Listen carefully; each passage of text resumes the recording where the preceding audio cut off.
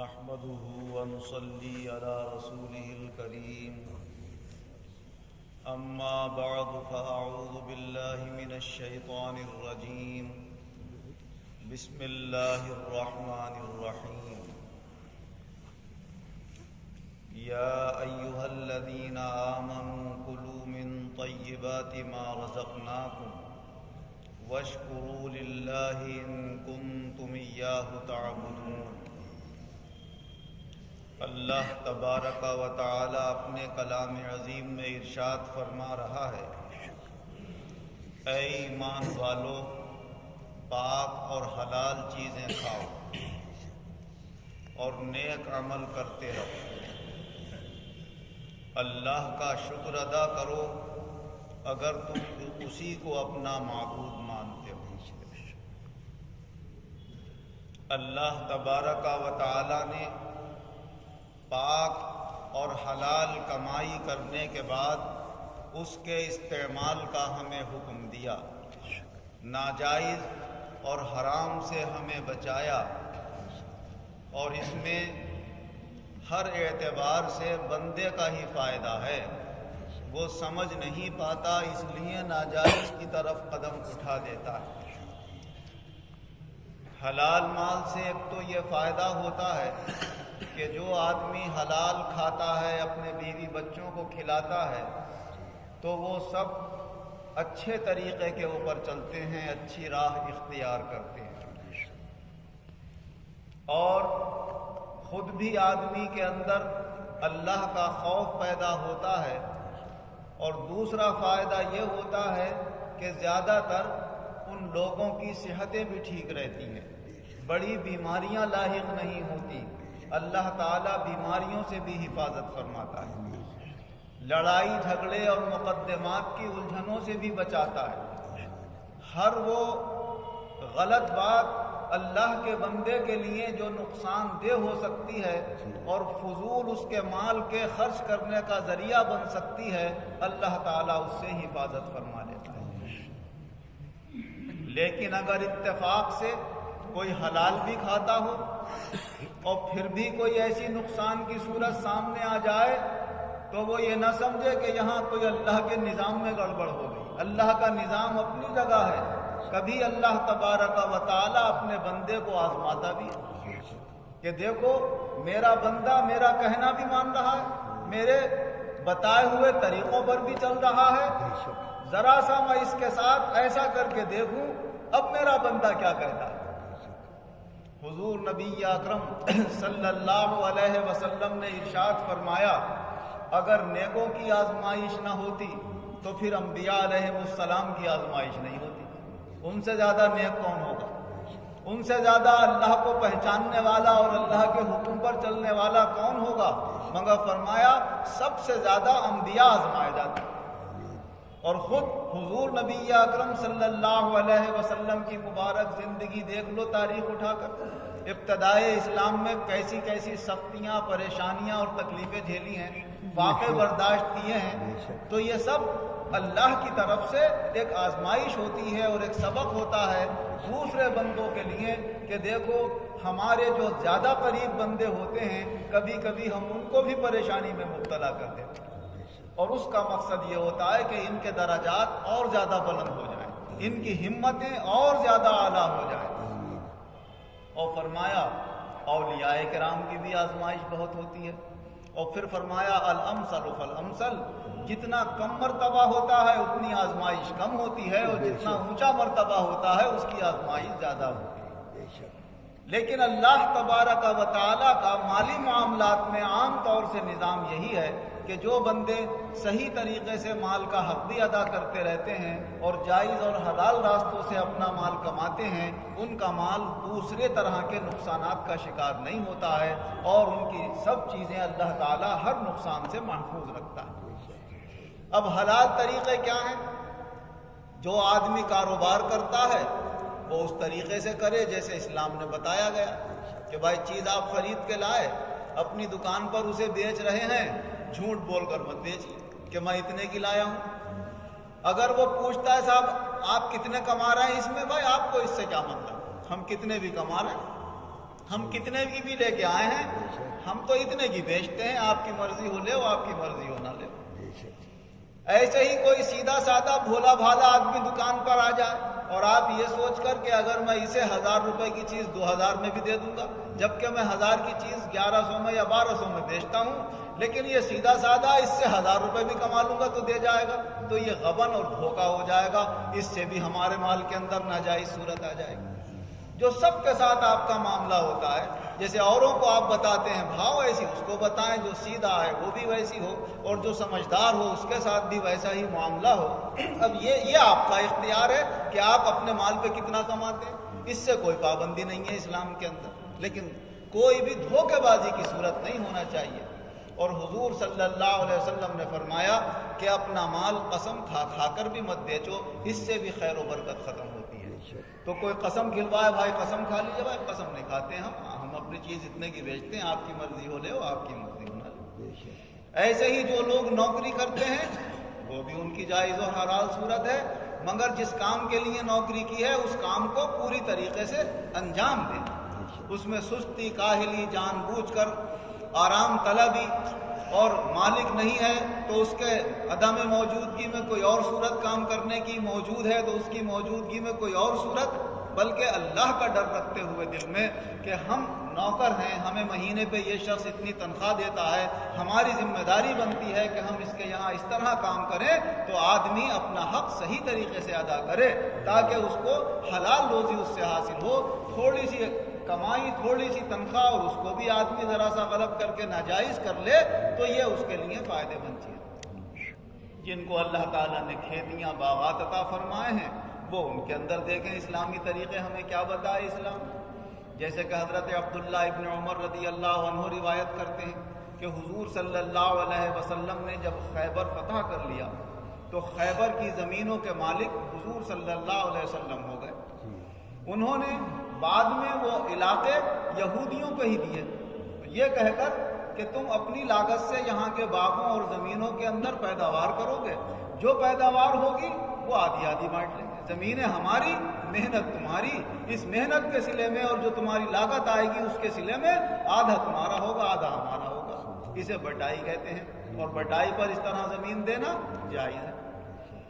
صاحبین اور تمام ائمہ کرام اسی کے قائل ہیں، اور حنفی مسلک کے مطابق بھی اسی کے اوپر فتویٰ ہے کہ آدمی بٹائی کے اوپر اپنی زمین دے سکتا ہے۔ اب یہ زمین کے مالک اور زمین کی جو کوشش کر رہا ہے، اس کے اندر کسان محنت کر رہا ہے، جو لاگت لگا رہا ہے، ان دونوں کے درمیان جیسے بھی طے ہو جائے، آدھا آدھا طے ہو جائے تو آدھا، اور اگر وہ یہ کہے بھائی 60% لاگت والا اور محنت والا لے گا، 40% مالک لے گا، یا 60% یہ لے گا، 40%، تو پرسنٹیج کے حساب سے ہونا چاہیے۔ حضرت رافع بن خدیج رضی اللہ عنہ روایت کرتے ہیں کہ مدینے والے اس طریقے سے بھی کبھی بٹائی کیا کرتے تھے جس سے حضور صلی اللہ علیہ وسلم نے منع فرمایا۔ کہتے تھے جو گول کے کنارے کنارے کی ہیں، نہر کے کنارے کنارے کی ہیں، جو تر رہتی ہیں زمینیں، ادھر کی تو ہم لیں گے، مالک کہتے تھے، اور دوسرے علاقے کی تم لے لیں۔ تو فرمایا کیا معلوم اس صورت میں دوسرے حصے میں پیدا ہو یا نہ ہو، تمہارے حصے میں پیدا ہو جائے، یا اللہ چاہے تو اس کے حصے میں پیدا کر دے، تمہارے حصے میں پیدا نہ ہو تو پھر تم نقصان میں رہ جاؤ۔ بلکہ یہ ہونا چاہیے کہ پورے کھیت میں جو کچھ بھی بویا جائے گا، اس میں جو کچھ بھی پیدا ہوگا وہ اتنا پرسنٹ تمہارا ہوگا، اتنا پرسنٹ ہمارا ہوگا۔ اب یہ نصیب ہے جتنا بھی اللہ اس کے اندر پیدا فرما دے۔ لیکن ایک صورت گاؤں میں جو اختیار کی جاتی ہے وہ ناجائز ہو جاتی ہے، اس میں آپ غلہ مقرر کر کے طے نہیں کر سکتے کہ صاحب زمین ہماری، آپ لے لیجیے، 2 کوئنٹل بیگھے کے حساب سے آپ کو ہمیں دے دینا گیہوں یا چاول، یا 1 کوئنٹل بیگھے کے حساب سے دے دینا۔ اب اس نے لگایا، اتفاق سے کھیت خراب ہو گیا، آپ کو تو 1 کوئنٹل کہیں سے بھی دے گا، ایک تو لاگت اس کی گئی، اور دوسرے پھر وہ خرید کر آپ کو دے بھی 1 کوئنٹل کے بیگھے کے حساب سے، تو یہ بھی اسلام میں جائز قرار نہیں دیا۔ یہ طے مت کریے 1 کوئنٹل یا 2 کوئنٹل، بس یہی طریقہ ہے کہ جو بھی پیدا ہو وہ ہمارے اور تمہارے درمیان تقسیم ہوگا۔ 100 دانے پیدا ہوں گے تو 50-50 دانے تقسیم ہو جائیں گے، 1 کوئنٹل پیدا ہوگا تو 50-50 کلو ہو جائے گا، 2 کوئنٹل ہوگا تو 1-1 کوئنٹل ہو جائے گا، کچھ نہ کچھ دونوں کو مل ضرور جائے گا اس صورت میں، اور اس صورت میں محروم رہ جائے گا۔ ایسے ہی اگر ہم زمین اپنی کسی کو کرائے کے اوپر دیتے جسے کہا جاتا ہے پھراؤ یا گلاؤ، گاؤں کے اندر ہوتا ہے۔ پھراؤ کا مطلب یہ ہوتا ہے کہ بھائی تم ہماری زمین اپنے پاس 2 سال کے لیے رکھو اور ہمیں ضرورت ہے اتنے پیسے دے دو، 1 لاکھ روپے یا 2 لاکھ روپے، جو اس میں دل چاہے تمہارا وہ بوجھ ہو تو اس سے فائدہ حاصل کرو، ہم سال بھر کے بعد یا 2 سال کے بعد آپ کے پیسے واپس کر دیں گے اور زمین اپنی واپس لے لیں گے۔ تو آپ کے پیسے آپ کے پاس پورے چلے گئے، اس کی زمین واپس آ گئی، لیکن اس زمانے جو آپ نے پیداوار حاصل کی وہ آپ کے پیسے سے بڑھتی ہو گئی، وہ صرف ہو گیا، اس لحاظ سے وہ ناجائز ہے۔ پھراؤ کے اوپر، گلاؤ کے اوپر جائز ہے، یعنی آپ نے کسی کی زمین سال 2 سال کے لیے 3 سال کے لیے کرائے پر لی ہے کہہ کر کہ بھائی اتنے لاکھ روپے یا اتنے ہزار روپے ہم آپ کو دیں گے 2 سال کے یا 3 سال کے، 2-3 سال تک اس میں جو بھی کھیتی ہوگی وہ ہم کریں گے، اور 2-3 سال کھیتی کرنے کے بعد پھر زمین آپ کی واپس کر دی جائے گی اور پیسے جو ہوں گے وہ گل جائیں گے۔ پیسے گلاؤ کے اوپر کہ بھائی ہمارے پیسے آپ کے ہو جائیں گے، زمین کا جو مالک تھا اور جس نے پیسے دیے ہیں وہ اس کے اندر کھیتی کر کے اس سے جو فائدہ ہوگا وہ اٹھا لے گا۔ تو یہ صورت جائز ہے، یعنی کسی سے زمین کرائے پر لے لینا اور کرایہ اسی کا ہو جائے مالک کا، اور پھر جس نے کرائے پر لی ہے وہ اس میں پیداوار کر لے، پیداوار اس کی ہو جائے، یہ صورت جائز ہے۔ یہ سب کے نزدیک بالاتفاق جائز ہے، اس میں امام اعظم ابو حنیفہ رحمۃ اللہ علیہ بھی اس کے قائل۔ تو یہ صورتیں ایسی ہم شرکت کرتے ہیں مال کے اندر کہ 2 آدمی دکان کے اندر شریک ہو جاتے ہیں کہ جو بھی ہم مال پیسہ لگائیں گے، لاگت لگائیں گے، 50-50 ہزار روپے ہم نے لگا لیے دونوں نے، دونوں کام کریں گے، ایک باہر سے لاتا رہے گا، ایک بیٹھ کر بیچتا رہے گا، جو اس کے اندر نفع ہوگا آدھا آدھا تقسیم کر لیں گے، یہ بھی جائز ہے، اسے شرکت کہتے ہیں۔ ایک ہوتی ہے مضاربت کہ ایک آدمی کے پاس پیسے ہیں مگر اس سے کام کرنا نہیں آتا اور وقت نہیں ہے کام کرنے کا، دوسرا آدمی کاروبار کرنا جانتا ہے، اس کے پاس پیسے نہیں ہیں، تو ایک آدمی نے اس کو پیسے دے دیے کہ صاحب یہ ہیں 5 لاکھ روپے، آپ اس سے کاروبار کریے اور اس میں جو فائدہ ہوگا وہ طے کر لیجیے آپس میں کہ آدھا فائدہ تمہارا ہوگا آدھا میرا، پیسے میرے، محنت تمہاری، دکان تمہاری، جو بھی کچھ ہوگا، اور جو اس میں فائدہ ہوگا آدھا آدھا ہو جائے، یا 60% تم لے لو 40% ہمیں دے دینا، یا 70% تم لے لو 30% ہمیں دے دینا، جو بھی آپس میں طے ہو جائے گا تو یہ بھی جائز صورت ہوگی۔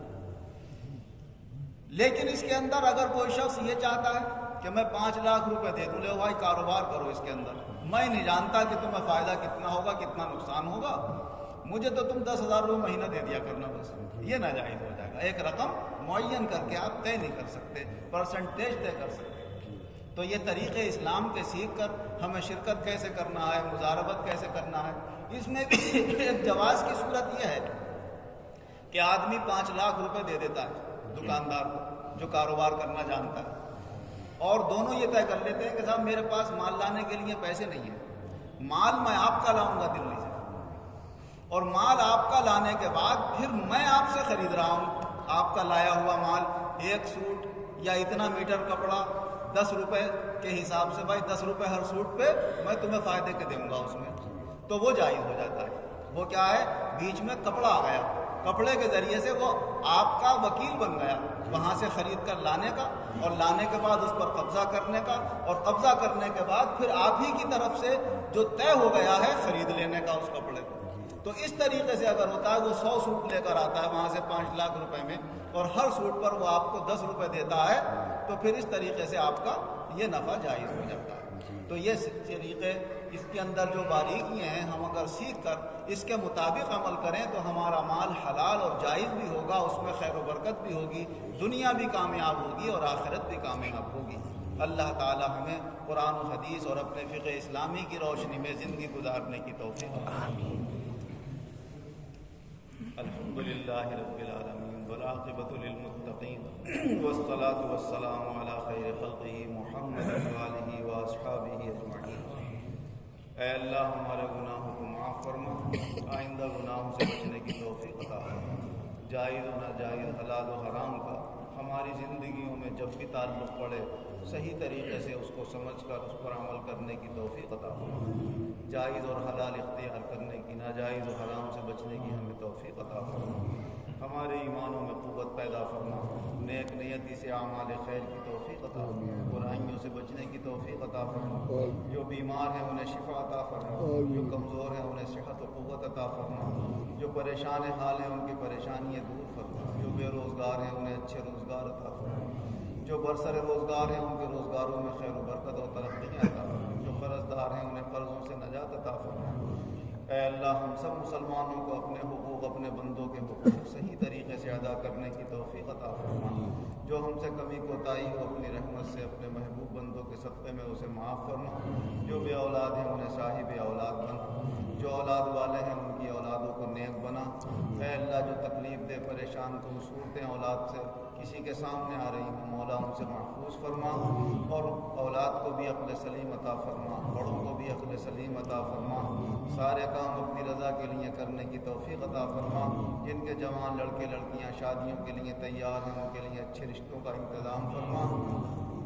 شادیوں میں جو لغویات، فضول خرچے، زیادتیاں ہم نے پیدا کر لی ہیں مولا ان سے بچنے کی توفیق عطا فرما، آسانی کے ساتھ اور سادگی کے ساتھ اپنے دینی دنیاوی امور انجام دینے کی توفیق عطا فرما۔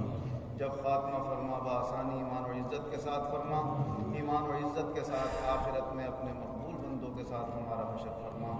آمین بجاہ النبی الکریم و بحرمت سائر المرشدین، وصلی اللہ تعالی علی خیر خلقہ محمد وآلہ واصحابہ اجمعین۔